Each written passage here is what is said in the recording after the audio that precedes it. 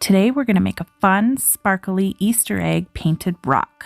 Now I had some of these iridescent paints left over from the video where I was testing the different metallic mediums, so I had leftover paint that I didn't want to waste, and this is the Craftsmart multi-surface premium satin paints mixed with Liquitex metallic silver medium.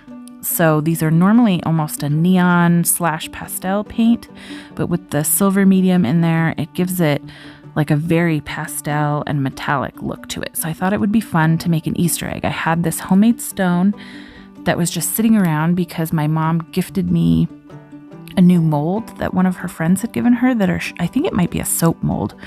But they're shaped like Easter eggs. So I was like, Easter's coming up. This is perfect.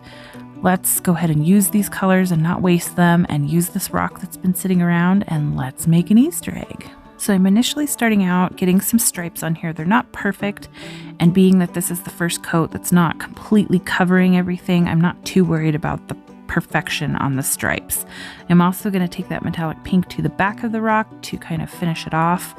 That's where I'll write my little messages on the back, and then I'm going to come back through and just clean up those stripes by making sure we have nice full coverage, that you can't see the rock through it, and then just kind of straightening the lines between each color as best as I can. It's kind of tricky because of the dome shape of the rock, but I am going to come through with white paint and make some lines, so I'm not terribly worried if it's, not perfectly straight in between. The white can kind of even it out.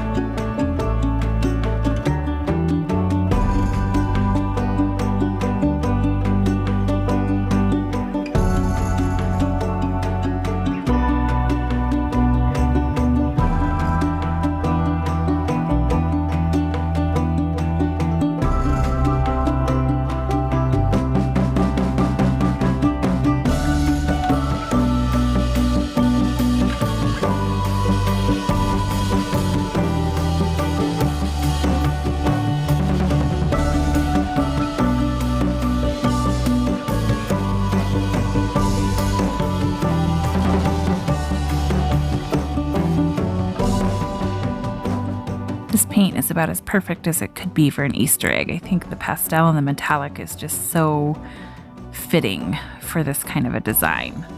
Now I'm coming back through with a disposable eyeliner brush and white paint, and I'm going to make a white line in between each one of these stripes, just like I said. So I'm using this to kind of even up anything that is slightly crooked, or just to create balance between the stripes and contrast. So I think white is really pretty against pastels, so keeping that contrast and balance with the stripes is just what I'm looking for.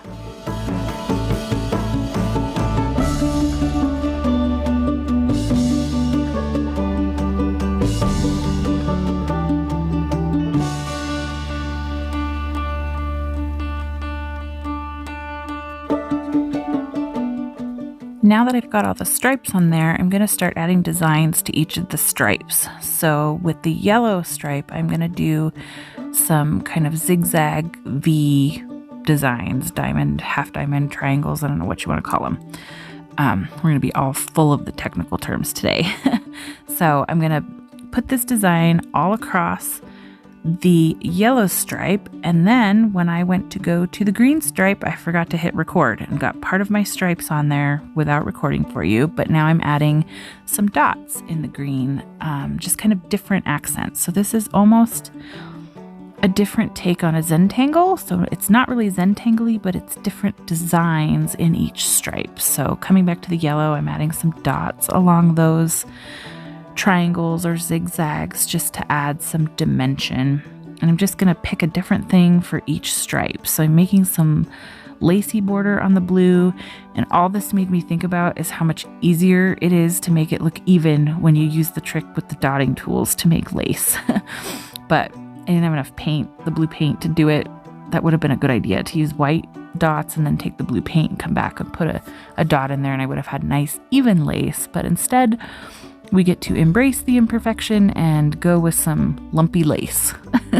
And then in the orange stripe, I'm just going to add some squiggly lines going vertically across the stripe. I was just trying to make different things, and I actually started getting challenged in my head of like, what am I going to do? What am I going to do on this next stripe? And so I thought squiggly lines would be fun on the orange stripe and easy to do with these little eyeliner brushes. They're perfect for that kind of detail work.